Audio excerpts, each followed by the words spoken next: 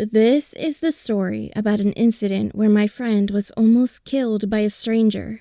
So this was around February.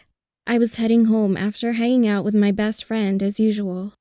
We had to walk maybe 20 to 30 minutes to reach each other's houses. There was a two-way road with a Y shape in the neighborhood, and I had to go left and my friend had to go right. All of a sudden, my friend called me 2 or 3 minutes after we had separated. But when I answered the phone, I could only hear him breathing and walking around. At first, I hung up and started walking again, wondering if my friend accidentally called me. But he instantly called me again. This time, he started to talk, making a joke that wasn't very funny, and started laughing to himself. What is wrong with him? Is he really crazy? Or did something happen to him? Thinking like this, I told him to text me. I couldn't figure out what was going on. A few minutes later, I received a text message. Dude, someone's following me. And he's singing alone, breathing hard, and his lyrics make me go crazy. Seriously. I replied, asking what the lyrics were, and another response came a bit later. Wait for me. Wait. Stop at the right spot before you get home, because I'm going to kill you. I won't get caught. Come on, turn around before you get home. It won't hurt because I'm going to stab you with my knife. It was a very long text written roughly like this. The lyrics were the same as the popular song at the time, but only that part of the lyrics was different. So I just called the police right away.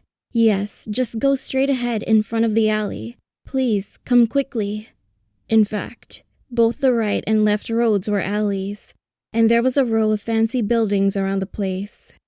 So I didn't know where exactly my friend was. I began to worry as I was walking for a while, because I kept thinking about the text messages from my friend. Soon, I heard the police car from far away, and it was getting closer. I texted again to reassure him. Hey, I just called the police to see if you are okay. So don't worry, they're coming. I could see the car lights getting closer behind me. I thought the car was going to pass the road I was on, so I tried to move aside, but at that moment, I got a reply from my friend. Dude, are you sure they are coming? I heard the siren too, but... I froze. The police car came into the alley where I was standing. I went to the officer who was in the car and spoke to him. Excuse me, sir. I'm the one who called. And you should have gone the other way, not this way. I told you, it's on the right side. The police then said, I'm sorry. We have so many cases to deal with. I'll go back to the opposite side. Then he drove the other way. Are they kidding? The police just headed towards you. Is he still singing? I soon got a reply to my text. Yeah, but you know what? The lyrics have changed. Then he wrote down the lyrics again, and they were like this. Don't text. Don't call. Don't do it. Put down the phone you're holding right now. I'll stab you. Don't worry, it won't hurt you. Read the text that just came in right now. If it's the one you met earlier, I'd stab him too. I thought this was going to be a big problem, and that my friend might die. I ran home quickly. I threw my bag to the side after arriving home, called my parents in a hurry, and we headed to my friend's house.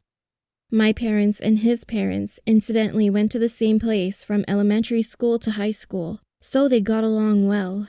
I was running to my friend's house with my parents, but suddenly I started hearing the sound of a police car again. As we were walking toward the direction where my friend was supposed to be, I heard some noise, and he was standing there in front of me. Recalling the creepy moment a while ago, I thought I might cry as soon as I saw my friend. I hugged my friend and asked, What happened to him? What happened to you? My friend said the man who was following him was now handcuffed and in a police car. The moment I looked at the man, I got goosebumps. The man, he was staring and grinning from his ear to ear. And the next thing that happened was he was taken to the police station, and we headed to the same place. When we arrived, my friend and I explained everything we had seen and heard from the guy. And the police decided to make him guilty due to the fact that he threatened my friend. I could see my parents and my friend's parents got mad at him.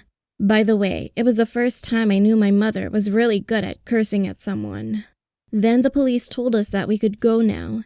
After we got out, we decided to go to a nearby restaurant to eat and calm ourselves down. It might seem like nothing to y'all, but I was still nervous at the thought that if I had been a little bit late, he would have been in really big trouble. Since then, my friend moved to a house next to ours, and now we're always together, like when going to school or coming home from school. I think that horrible incident happened to him because we went home too late that day, and because he was alone. So nowadays, we always go home early. After the incident, our bond and friendship became much stronger. And most of all, it was fortunate that my friend was not hurt at all that day. I wonder what the man who threatened my friend is doing now. I hope this never happens again.